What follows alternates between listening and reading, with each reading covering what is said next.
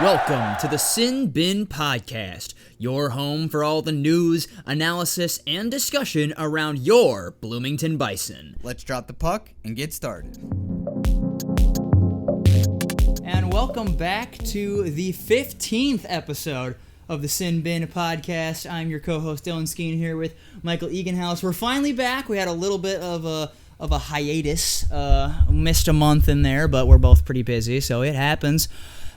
Big shout out before we begin. I know Buster here's gotten a bit bigger, so hard to really control him as easily, but big shout out to Sarah Rush. Yeah, Sarah seriously, Rush. These are awesome.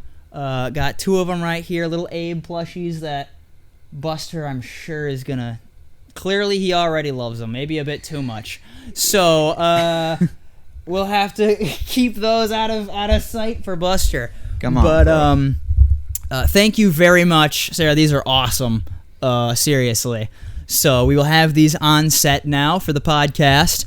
And we will not let Buster destroy them. Yes, I will not let Buster destroy them. Don't worry. They will be in the next episode. I will make sure that he cannot get to them, despite what he may be looking at right now. But without further ado, let's just get into it, because we have a couple things to talk about today. We have... Oh, and there goes Buster, but the other one. Hold up, Buster. Come on. Nuh-uh. Nope. Put this back there, and then I'll life with a puppy, you know. All right, back to it. Excuse me, back to what we're actually talking about here, which is the new Bison signings. Buster, can you give me a break here? Sit. Are you seeing this? All right.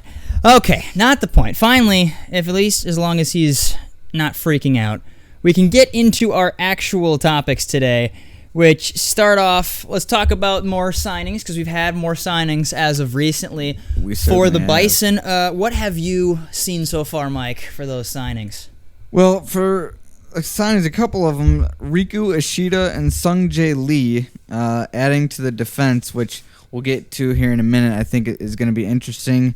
Brett Budgel is re-signed, and Colin Ferguson is also another signing.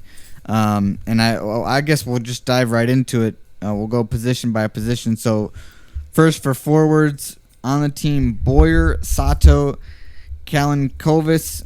I said that wrong. Kalin Kovacs, maybe? Kalin Kovacs, yes. Kalin Kovacs. That's who it is. Of course, Eddie Matsushima and Johnny Evans are your forwards.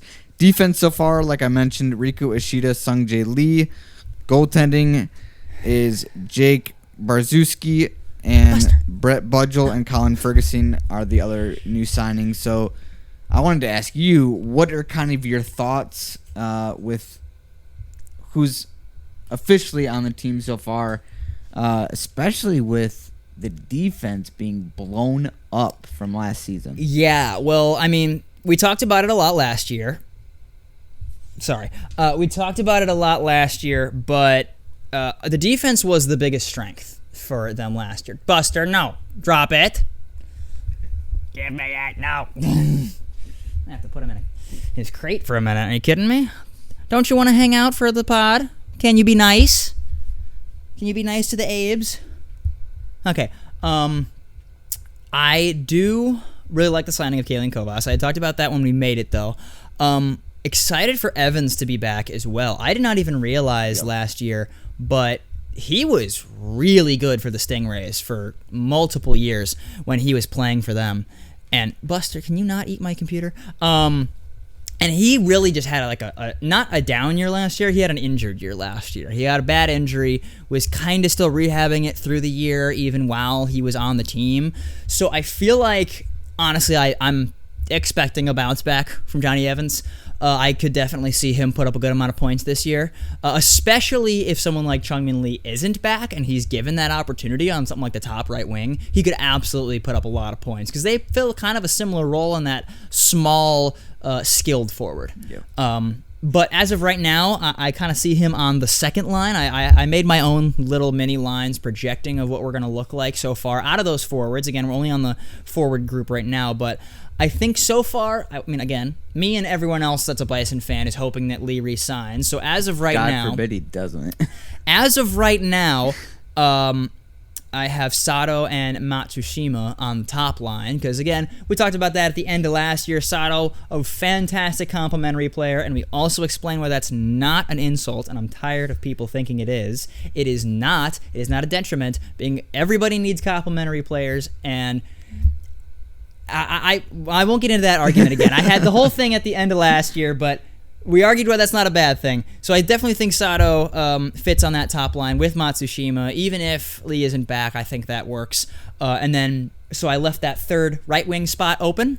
On that second line, I do think Kalian Kovas is going to slide into that second line. I mean, he put up really good points in a really good men's league.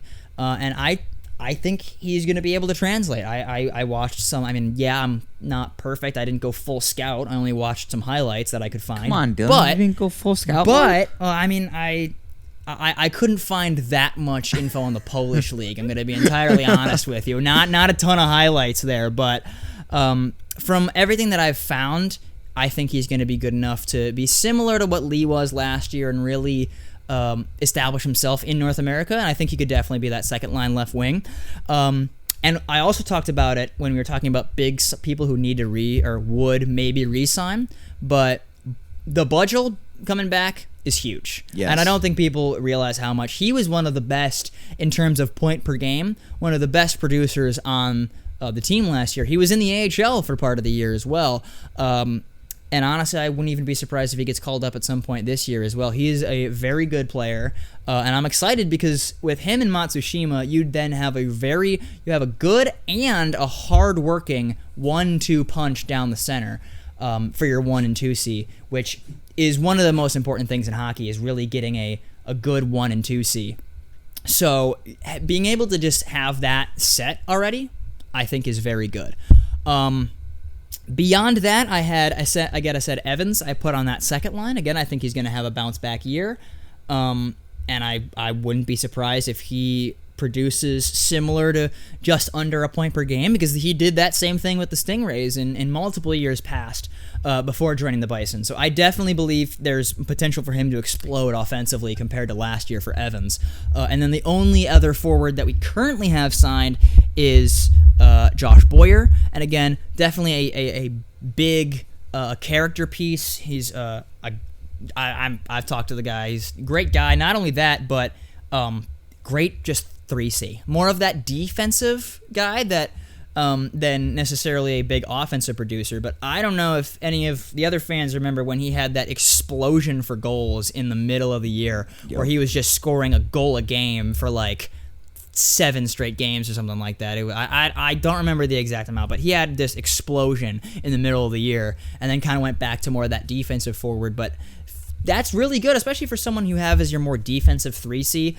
To have someone who can get those goals in key moments is big. So I do like the re-signing of Boyer. The big question now is obviously who they continue to re-sign. Will they get other people back? The other forwards that I'm really looking at, a lot of them are ones that were sent qualifying offers, but someone like Shane Ott, Lou Felix Denis, Chongmin Lee, obviously. So this is editing Dylan, and while in the middle of editing this episode, breaking news, Shane Ott, Brandon Yeamans, and Max Neal have all re-signed.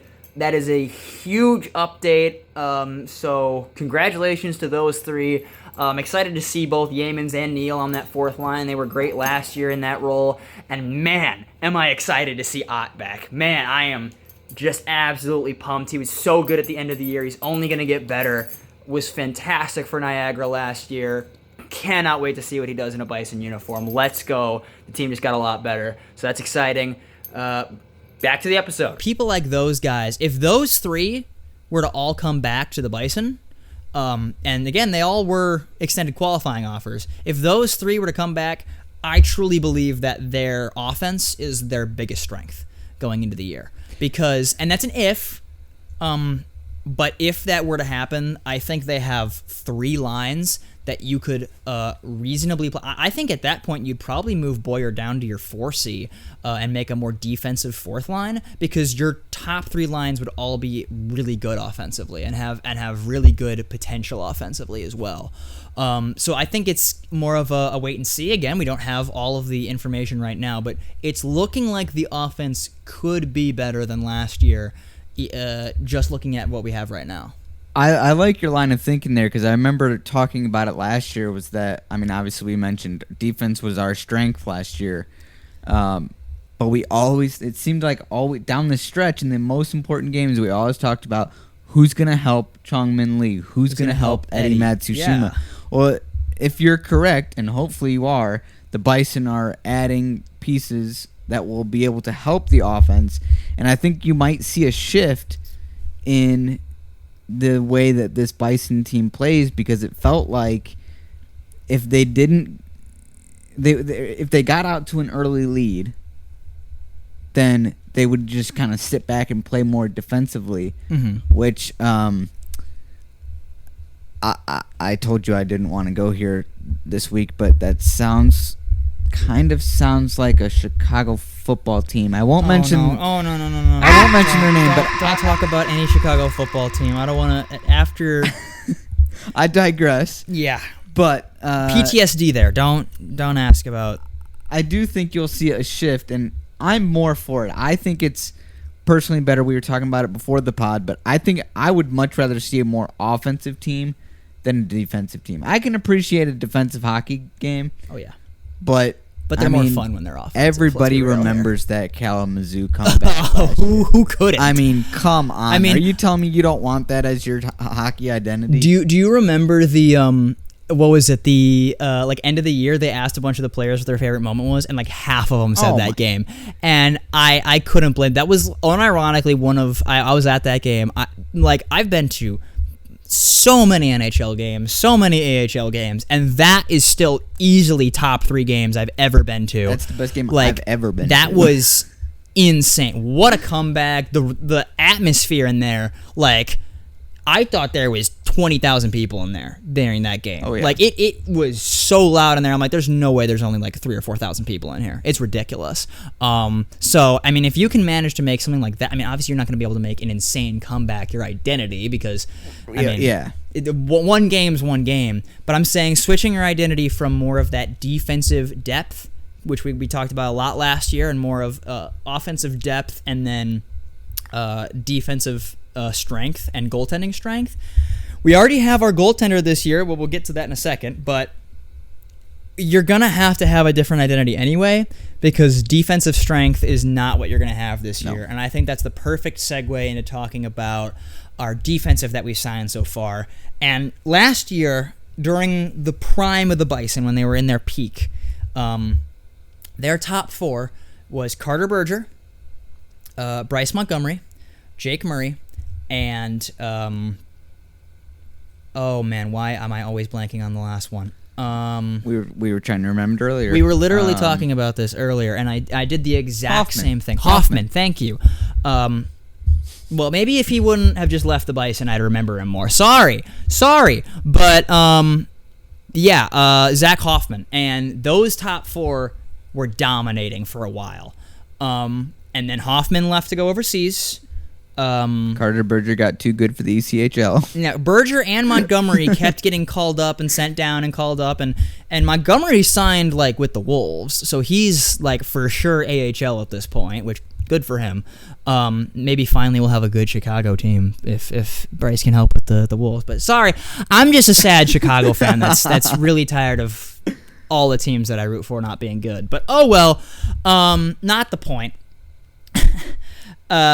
Those top 4 are all gone. Murray is signed or got traded technically to the Greenville Swamp Rabbits as the second half of the deal that we got Dryden McKay, which funnily enough, Dryden McKay went to the Grizzlies and we got the Grizzlies goaltender. So we kind of just traded goalies with the Grizzlies here. But again, getting off topic again, Hoffman's gone, Murray got traded, and then I said Montgomery's in the AHL, Berger's likely in the AHL this coming year as well. He's not with the Bison. So all of the top 4 are gone. And even some of your bottom 6, like Thomas Stewart, he signed somewhere else. A lot of your defense is entirely overhauled.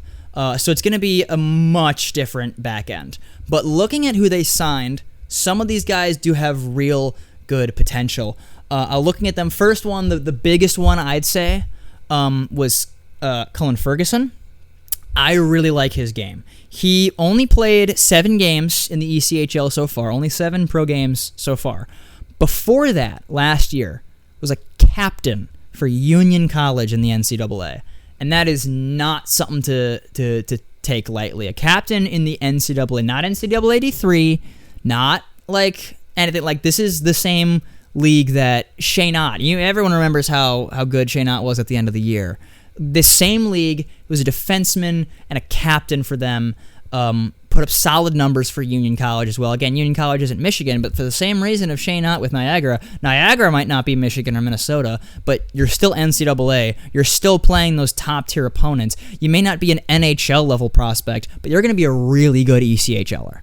So I'm really excited for Cullen Ferguson. He looked good in his 7 games with the Comets. And I would not be at all surprised if he ends up taking that Jake Murray role of that number 1 two-way all situations defenseman that you rely on is essentially your number 1. I would not be surprised if he takes that role on, and I think he absolutely could do that. I think he has the ability to do that. We were talking about it before the podcast too, and it applies to everybody, but I think especially when you look at players like Ferguson and other players, who are a captain or, play at a high level NCAA. And all of this applies to the lower leagues, but it's like rolling a dice and hoping, or throwing a dart and hoping you get a bullseye. Because if you get a bullseye and it hits, it usually hits really well. Oh, yeah. So look out for these signings because they're not going to hit everyone. That's just how it goes. Yeah. When you sign people, you hit or you miss. You tend to miss more than you hit. But look out for that because those young guys that played out at that high level, like you said, and being a captain, that brings way more than just skill. That brings leadership into the locker room. That brings different personalities, which matters more than people think. Oh, a lot more than you think. And I think I like your line of thinking there. I think that this could be a big hit. I do. If I had to place my bets, I would say Cullen Ferguson's likely the guy. And you're talking about young guys. Another one of the defensemen that was signed, I think, is a major wild card, and that is Sung-Jae Lee. He's from South Korea. He's only 22. As a defenseman, played some in the World Championships for South Korea. I am not sure, honestly. Sung-Jae Lee could come in and be a mainstay in the top 4, or he could be a fringe ECHLer. Honestly, I am not sure. I wasn't able to find much tape on him. I wasn't able to find much. I was just pretty much stat watching, and you know how effective that is, aka not at all. But stats don't lie, Dylan. Yeah, they do. But I just don't know. I'm excited to see him because I think he, at the very least, will start the season on the bottom pair at the very least. So I'm excited to see what he can do because honestly, with him, I'm just not sure. I'm not sure what to expect, but I'm excited to see what it could possibly be. And you were talking about those young guys. Sometimes they're a hit, sometimes they're a miss. Another one. This guy's a really young guy, 22, and he's already played for the World Championships for South Korea. Now, admittedly, that's when it comes to World Championships. South Korea is in, I think, Division DA. I have to look it up, but not in the highest division for World Championship IHFF hockey, but the IIHF. But point is, I just don't know what he's going to be. I think that's something to also remember, like when we're making all these signings. I mean, these guys are coming from like a ridiculous amount of places. You got NCAA, you got South Korean hockey. Like, temper your expectations. No disrespect to any hockey around the world, but quite frankly, there are just different levels of hockey depending on where you play at, and so you have to temper your expectations. Now, Chong-Min Lee, South Korean god over there in hockey, came up and ripped it up pretty well in the ECHL. I'd say probably better than pretty well. The other league will also do that, but I'm just saying, you also got to look at where they came from, because if you play in the NCAA over here, and then you go play in the South Korean League or somewhere that hockey's not as popular, it's going to be a different story. Yep. But no disrespect. Yeah. I mean, these guys are from all around. Again, Kalian Kovas is Lithuanian and was playing in the Polish League. He also played for the World Championships, and he was Division 1B. And then which one was... he on? Oh, he was also for context, Kalian Kovas and because apparently Lithuania and South Korea are in the same division in the World Championships for IHF. Kalian Kovas put up 7 points, 4 goals in 5 games, while Sung-Jae Lee, being noticeably younger and a defenseman, put up 2 assists in 5 games. So, again, it's stats. They don't nearly tell the whole story. But when you're talking about these a lot further away leagues in Poland and South Korea and places where it's a lot harder to find tape on these players, sometimes all you can do is look at the stats. Yep. And it's kind of, unless you're in that room and you've been scouting them, I'm going to trust our scouting department and that these guys are pretty good, but it's kind of a wait and see. Especially with someone like Sung-Jae Lee, who's really young, and especially at that age, especially for defensemen, you can have massive jumps in development over one off season. Like it's development isn't linear in hockey, so he could jump and he could be our number 2 defenseman. I don't know. It's a wait and see with that. The last defenseman that we signed, I'll go over him as well. Riku Ishida. And I'm pretty darn excited to see him on the team. He, kind of like Kalian Kovas and Chong-Min Lee, played in a very respectable league around the world. He played in the Italy League, the Alps HL.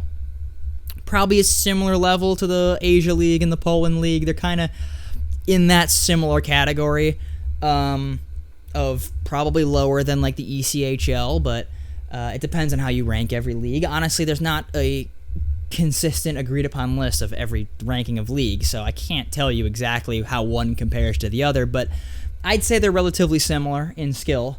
And he put up 31 points in 36 games as a defenseman, which is very impressive. Now, he did only have 2 assists in 9 playoff games. However, still, I mean, this is still looking pretty good. Yeah, a 5'10" right shot, that's another big thing. It's not easy to find right shot defensemen. Mm-hmm. Both Sung-Jae Lee and Riku Ishida are both right shot defensemen. So that's another big thing to add on there. But I am not sure, honestly. I think he might be able to be that Berger replacement, that offensive defenseman, that power play quarterback that you need on your team. And quite honestly... Big shoes to fill for that. Yes, big shoes to fill. However, I will say I would rather have a slightly lesser version of Carter Berger that's on the team the whole year than Carter Berger, who's not on the team the whole year. Because you remember how much that messed up. I mean, we remember talking about it one of those important weekends when Berger got called up, and we couldn't do anything on the power play because we didn't have a power play quarterback. Like, and this is no offense to Bryce Montgomery or Jake Murray, but that just wasn't their game. And they took our power play quarterback, and we didn't have somebody to really quarterback that power play, and it's really important to have that on your team. So if Riku Ishida can do that and will stay on the team the whole year, I think that's going to be a huge get for the Bison. I think you bring up an interesting point because it's like, I mean, we're going to talk about it every single year because it's the ECHL. You go up and down, but you want good players, but it's almost like you don't want too good of players because you're gonna lose them. Yeah. Yep. I mean, that's just how it works. But I think you do have a good point there. We want them to be good, but not so good. I think you put it a great way. A lesser version of Carter Berger that will stay on the team the whole year, just so that he's there. Exactly. Have consistency, because I think we talked about that at the end of last year. Yeah, we said the most important thing for this year, this offseason, is just getting people who will be on the team the whole year. And you have to build a backbone, too. Exactly. You have to build that core. Now, granted, new signings are not going to be your core, but you have to build that core, and you have to just have people that are going to stay on the team, because I think that was one of the biggest downfalls or criticisms of Barsky, in my opinion. There was something like 70 people or something on the team. Yeah, they had one of the most. They had maybe the most, if not top 3 of most amount of people that cycled through their team. Yeah, you cannot create chemistry when you have that many players going through your team. So hopefully he's good, but not good enough. Yeah. Well, I just hope that we're good enough so that we can have a somewhat consistent team. The other thing I remember from last year is we had a lot of players who were people who would constantly be either sent down or called up. Thinking of Blake McLaughlin, Danny Caddick.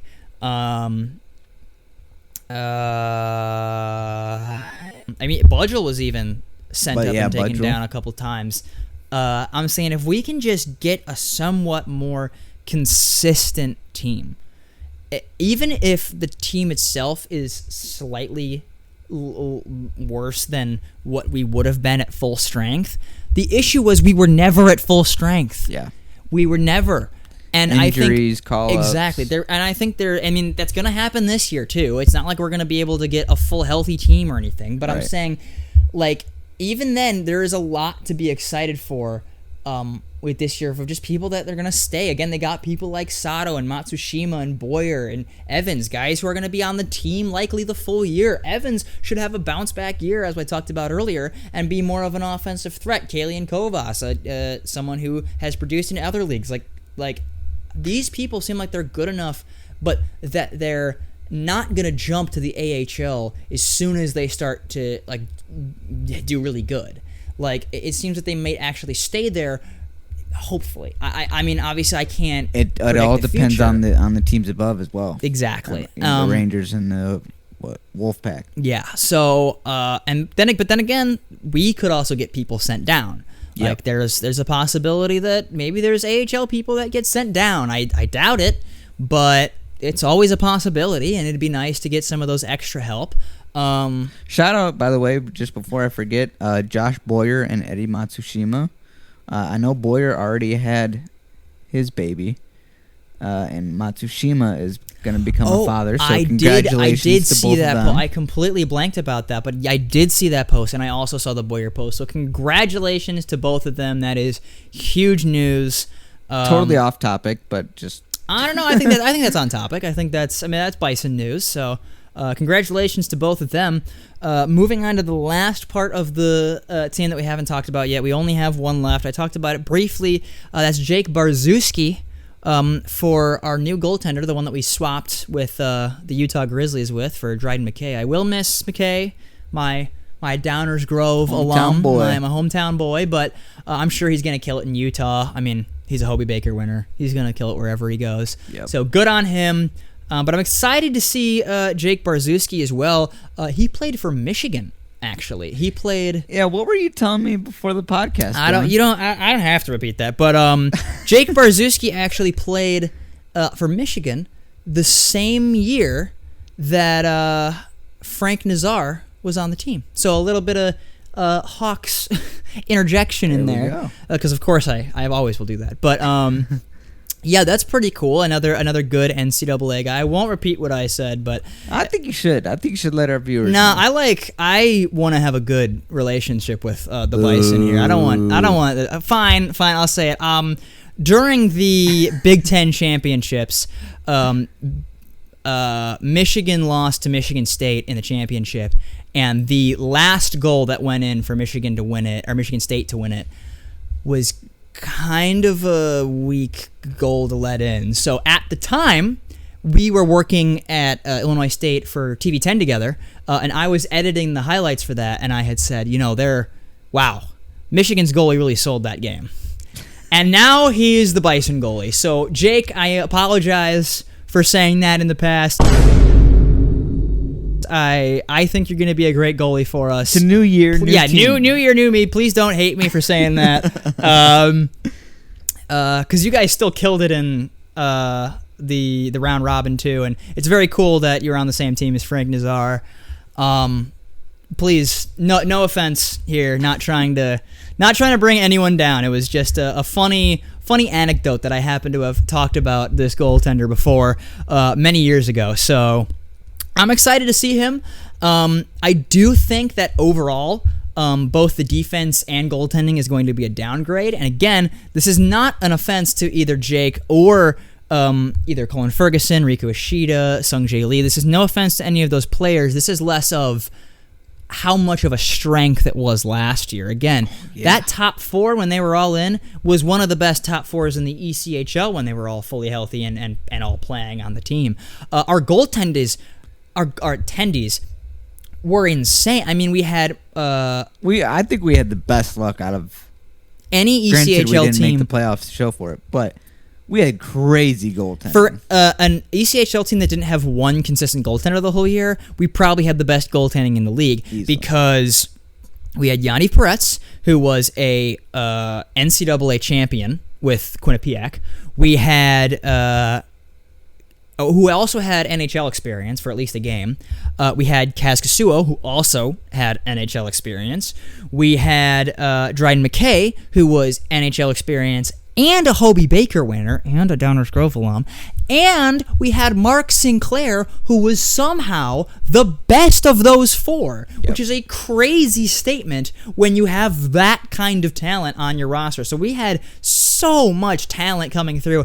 Again, there's no offense to Jake. It's just, I mean, you could have gotten probably the best goaltender in the ECHL, and it'd still probably be a downgrade just because of how much good goaltending talent came through that team last year. And that's what makes it tough. Like, as a whole, I know we weren't the best team in the ECHL, but as you see teams build up and get better and better, it stinks when people don't make the roster that you like and that are good, but that just means that your team is that much better that they don't get to make the roster. And that sucks for them and it sucks for the fans, but the better your team is, the more good players that you're going to see that you miss out on because they just don't make the cut anymore. Yep. Well, I'm excited, and again, honestly, we talked about it with the consistency. It's the same thing with the forwards. I'd rather have Jake Baraszewski as our goaltender for the whole year than have what we had last year. And even though I think some of those goaltenders are more talented, I would rather have Jake Baraszewski if he's going to be consistent and on the team, because that's what matters the most. And he's still a really good goaltender as well. This is like, he, again, played for Michigan. That is one of the best hockey programs on the planet for college. He played for Utah. And I'm going to be honest, Utah was not a good team last year. Like, at all. I mean, we had a 3-game series against them and beat them 2 of the 3 times. Like, they were not a great team last year. They were one of the bottom feeder teams in the league, and he still put up a .902 while I think playing 39 games. Let me look up the exact amount, but .902 save percentage. I mean, that's over a 900 save percentage on a really bad team. Trust me, ask Spencer Knight if that's easy to pull off. It's not. Shots fired. Yeah, shots fired towards the Blackhawks. You heard me. But yeah, no, I was wrong. He played 40 games for the Grizzlies last year and had a .902 save percentage. Here's a crazy thing to think about. One, he was 16, 15, and 3. So on one of the worst teams in the league, he technically he was over fake 500.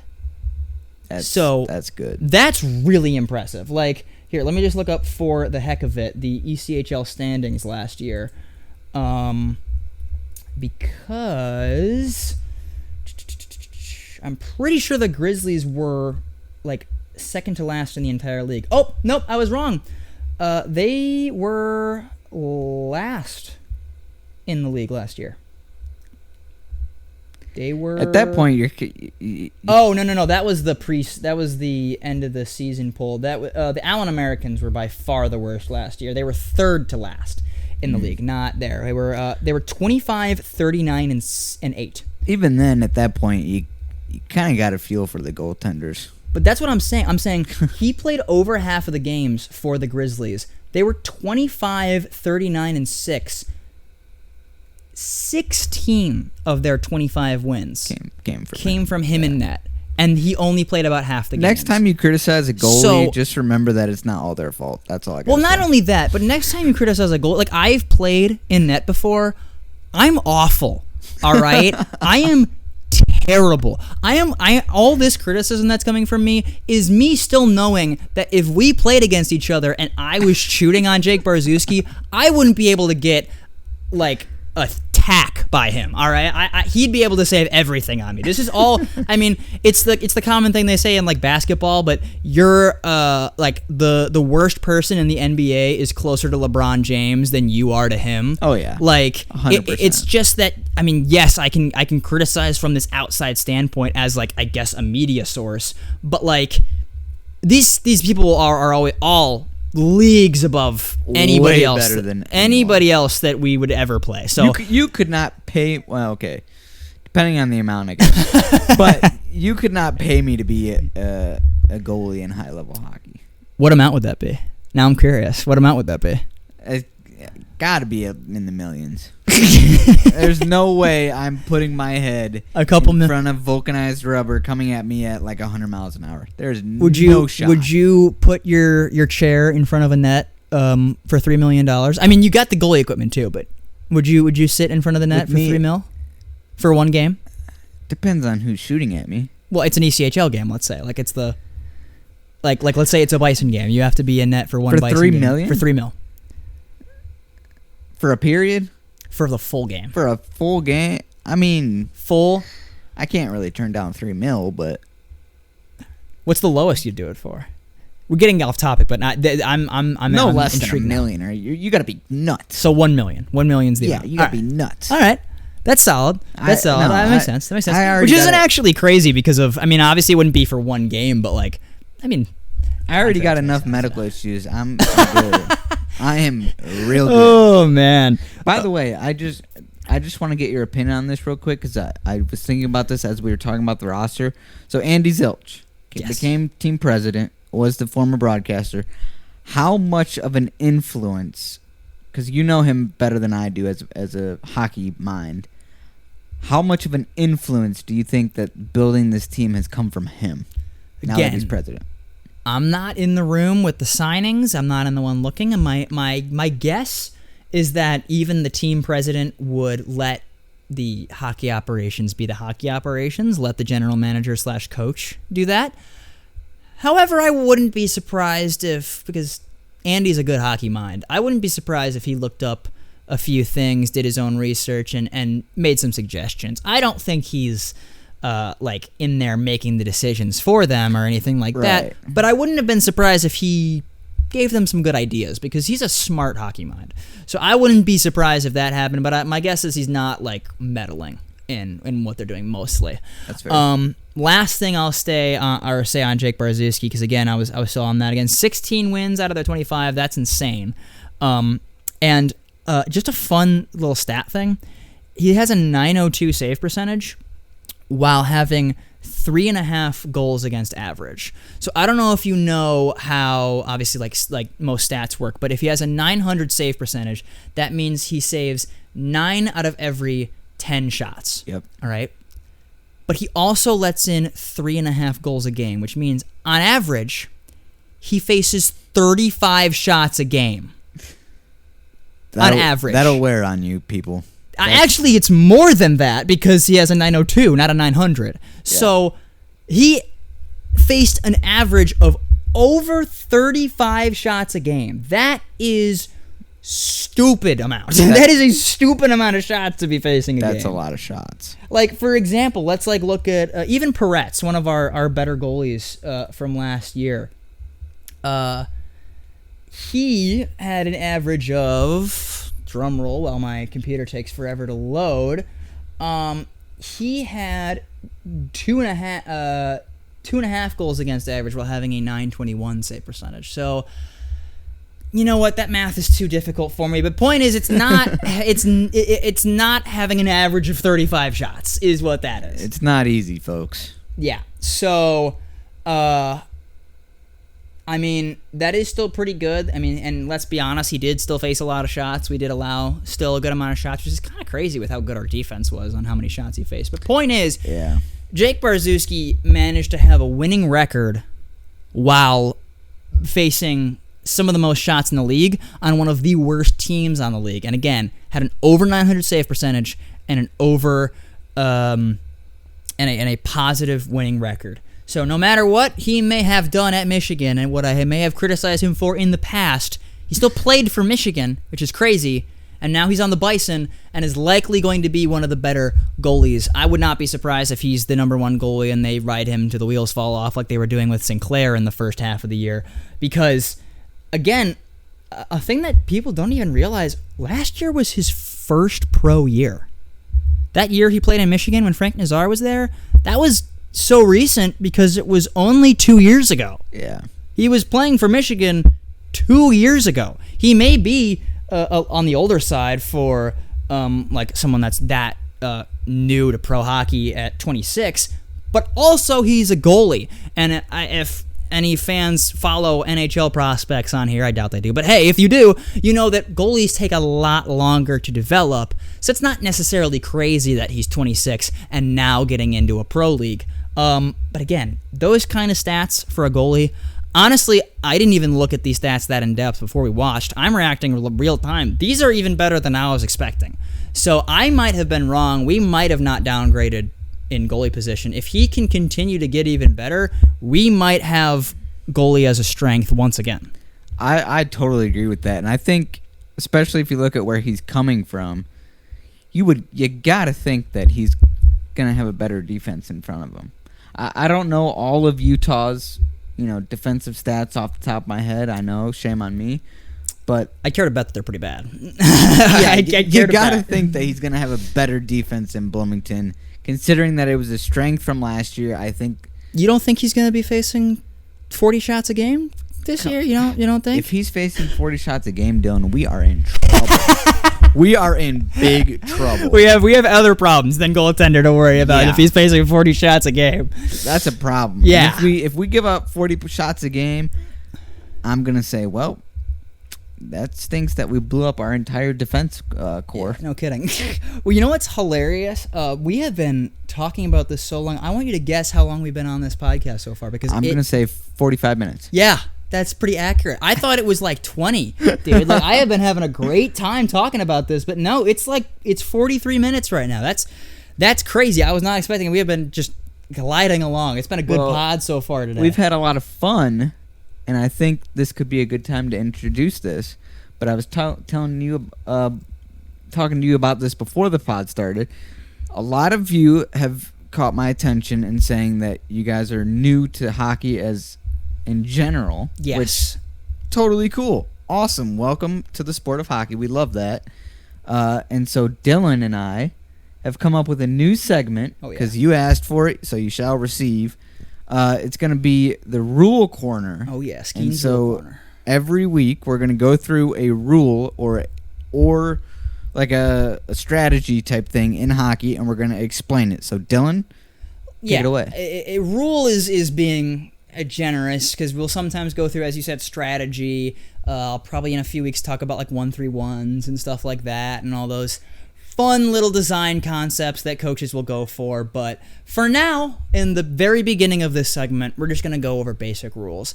And what better to start with than the most common, not understood rule in hockey, which is offsides. And I totally understand. It, as a new watcher, is incredibly confusing. But I will explain it here. So offsides, essentially, when you look at the rink, if you're looking top down, there are 2 blue lines. There's a red line, and then there's 2 blue lines. Those indicate what the 3 zones are. There is the for each team, there's an attacking zone, the neutral zone, and the defensive zone. So example for the Bison, whichever their goalie is in, which again switch from period to period, but you have your defensive zone, which is past the blue line where your goalie is. Obviously, you want to defend in the defensive zone. The neutral zone, where that middle area between the 2 blue lines, and then you have the attacking zone, which is the opposing net past that blue line.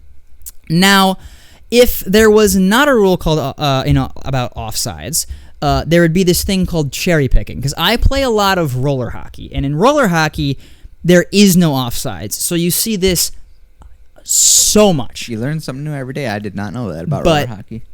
There is not offsides. So you get a lot of cherry picking. So basically, cherry picking is you'll have one forward and he'll just stay near the opposing goal, so that if you can get possession, you can just send it up ice and it's a one-on-one with the goalie.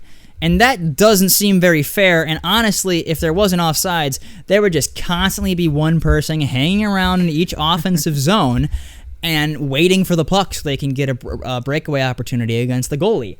And there's still ways you can do that, and obviously there's still breakaways in hockey, but it makes it a lot harder with the offsides rule. So again, that blue line, the puck must enter the offensive zone before the player does. Now, there are some exceptions. If that player has possession of the puck, and let's say like their skate crosses before, or like both of their skates cross before the puck does, as long as he has full possession and no other one of their players are crossing the line, it's fine.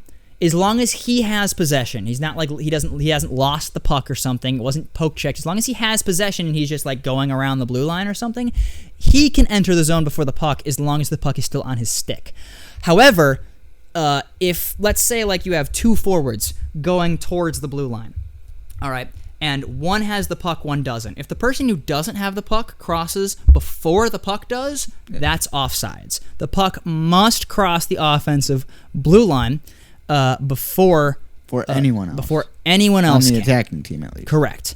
And that's what why you'll get a lot of what people used to call the neutral zone trap, which is you prevent people from moving on. But then again, with the neutral zone trap, there also used to be this rule in the NHL. I'm going to get sidetracked here real quick, but there used to be this rule called the 2-line rule, where you couldn't pass it through 2 lines of like the blue lines or the red line. You couldn't pass it past 2 lines. That rule was awful. All right, and everybody else is better off that it isn't in place anymore. But it's still an add-on to what the offsides rule is again. So I'll try to put a visual example while I'm talking about this now. But again, those blue lines, the only thing you need to know is the puck has to enter the zone before any players do. The only exception is if a player has possession of the puck. There is no other exceptions. And I think next week I'll go over icing, because that's another good one. That's another good one that not everybody understands, and that deals more with the red line. But we'll get to that later. Before we completely wrap up, you want to talk about any upcoming events for the Bison? Because it's getting around that time. The next pod will be the start of the season. It's getting very, very close, and I don't have the date off the top of my head, so maybe you can help me with that date. But we do have a preseason game. That's the 11th. I believe it's against the Fuel. It would shock me if it wasn't. I think it is. But it should be against the Fuel on the 11th. So yes, that's a preseason game. October 18th, opening night. Very game excited. Number 1 of the year number 2 in Bloomington. So show up and show out for that. And who is it against? You're putting me on the spot here. I have terrible memory. You should know. You should remember this one. We were talking about this at the end of last. As soon as it was announced, we were talking about it. It's Iowa. Yeah, Iowa. Yeah. Who else? Nico Blockman, not on the Iowa Heartlanders anymore. I saw. He signed with Florida. He did sign with Florida. Because he wanted to go win. I mean, can you blame him? But like, no. I can't blame him for wanting to win, but hey, let's hope that Florida doesn't get a 4th in 5 years. Head to the Bison website if you want to buy tickets for those opening games. I suggest you do, because there's a lot more season ticket holders this year. Yeah, which is awesome. So keep it up. It's great to see. Keep getting them. I've heard there's new merch on the way as well. New merch. So just new keep upgrades. I think in the arena as well. Yeah. So keep your eyes open for any new merch drops this week or beyond. Either if it's new or maybe like a sale goes live or something. I'm not sure. But whatever it is, just keep your eyes peeled because especially right before the season starts, I'm sure there's going to be some event or a special on merch or something like that. So keep your eyes open. Before we go, we got 2 questions, one of them being the question of the day. Before we ask that, though, I'm going to ask my question first. So obviously with this podcast, we have done it with recording audio and visual. We post this on both Spotify and YouTube, so wherever you may be listening. Thank you guys for watching or listening. My question is, how many people, because I know we do have about 30 followers on Spotify, and we just hit 87 subscribers on YouTube, which thank you guys very much for that. But to those on YouTube, do you guys really watch the podcast that often, or are you guys more like put it on in the background? Like, do you watch us talking? Because we aren't doing nothing like anything that super special on audio, more just talking. So I honestly want to know how many people watch the podcast for the visuals or really like are excited with the visuals, because if it's not many and most people just listen to the podcast, then I might just make it audio only, since that would make recording time quicker, that would make editing time quicker. I think we would still have a still picture on YouTube, I would most likely hire one of my friends who is an artist and try and design a nice cover page for us, and like we'd put like these in the picture, and like a bunch of other, like the little A bobblehead that we have, like try to put everything that we've gotten for this podcast on that picture. But honestly, I just want to know what you guys do, because I have been spent so much time editing the visuals and everything like that for this podcast, and show some love to Dylan. If it's not, you don't need to do that, but if it's like, if everyone likes it and everyone really likes the visuals, then I will continue to do it. But if not many people are even watching, I'm not going to spend all the time if people just want to listen. So please let me know in the comments, what do you do? Do you listen audio or do you like the visuals? So I can know. So for the next episode, because the next episode will be start of the weekly again. Because then the Bison are back in. So it'll be back to weekly episodes once we're back next month. But so I know for that next podcast, do you guys like audio or do you guys like the visuals, or would audio only be just fine as you barely listen to or barely watch the visuals? So just let me know in the comments, and I will maybe I'll make a poll in the comments or something like that. See what people prefer, and that'll affect my upcoming decision. The bonus of that is that pods will probably come out a little bit quicker, because again, they're a lot easier to edit when it's just audio. Our audio will also be probably a lot cleaner, because I can edit specifically the audio. It's kind of hard to edit the audio in particular when there's visuals on it, or else our faces would be like randomly cutting half the time. So it would also sound a little cleaner if it was just audio. But if people like the visuals, I'm not going to get rid of them. So just let us know in the comments. Other than that, for our question of the day, Mike, do you want to take that one away? Because we were talking about it, our new identity for the team. We're not sure what it's going to be. So, Mike? We want to know, would you rather have a more offensive team and slack on the defense and goaltending, or would you rather have a more defensive team but not be as strong offensively? Like last year, we were definitely more of that defensive team, again, strong defense and great goaltending. I do believe we're going to get great goaltending this year, now that I've actually looked into Barzuski's stats a little more. But again, the defense is really up in the air right now. So I am team offense. Let's go offense. Yeah, So yeah, the question is, would you rather have a more offensive team or a more defensive team? It's hard to say, because especially in hockey, I always believe that, kind of like football, defense wins championships. You look at like the NHL, for example, like the Panthers, Gustav Forsling, Aaron Ekblad, they have a very, very strong defense and a very strong defensive defense, too, with Forsling, Mikkola, people who can really do well on the defensive end, and a lot of forwards who are good in the defensive end, too. Evan Rodriguez, I don't need to talk about how good Alexander Barkov is defensively, as he won the Selke this past year. So defense in even the NHL wins championships. However, a lot of people would say that offense is a lot more fun to watch. Like, again, we talked about it. That comeback game doesn't happen without an insane offensive surge from the Bison. Yep. And even some of the most fun teams to watch, like the Leafs, they may not win that much, but the Leafs have one of the most fun teams to watch. Oh, absolutely shots fired. I like watching the Leafs. They're probably one of my teams that I like watching, only other teams I like watching other than the Blackhawks.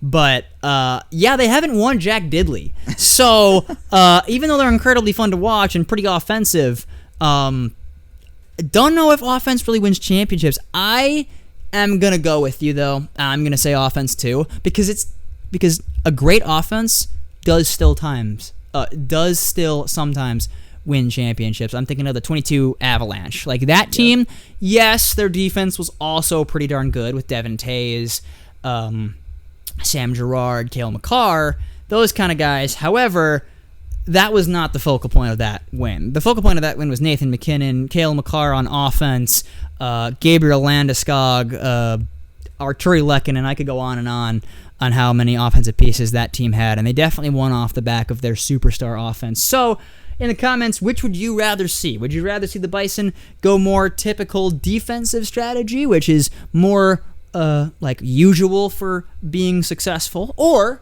would you rather see a more offensive dynamo team that tries to outscore the opponent instead of, I guess, you're always trying to outscore the opponent, but you know what I mean. Duh. You get the point that I'm trying to say. Which would you rather? Okay, clearly this pod has been running too long. Offense or defense? That was the question. Which would you prefer? Clearly, hit that subscribe button. Get us to 100 subscribers. Come on, Dylan, wrap it up. Yeah, wrap it up already. We are trying to hit 100 before the start of the season, and we're about a month away. And with how good Mike has been doing on his promoting, we might hit it. We might hit 100 before the start of the season. That'd be a big goal, but I am very excited. I hope you guys hit that subscribe button. Getting the triple digits before the season starts would be really fun, and especially as we get back into weekly episodes to have a full round 100 number for people watching would be nice. But hit that subscribe button. Let us know. Vote on that poll in the comments. Tell us whether you'd rather have offense or defense. Let us know. And thank you guys so much for watching. Again, sorry for the delayed upload on this one, but we're right next to the season, and our next episode will be the start of the season. So Bison are back, baby. Oh, yeah. Bison are that close to being back. Hockey is back. I even have my hat on. If you can see, this was my wonderful sister made me this hat for my birthday. It says, hockey is back, thank God. And I say that all the time in October because, honestly, hockey is back, thank God. I can't wait for it to come back. Thank you guys for watching, and we will see you guys in episode 16.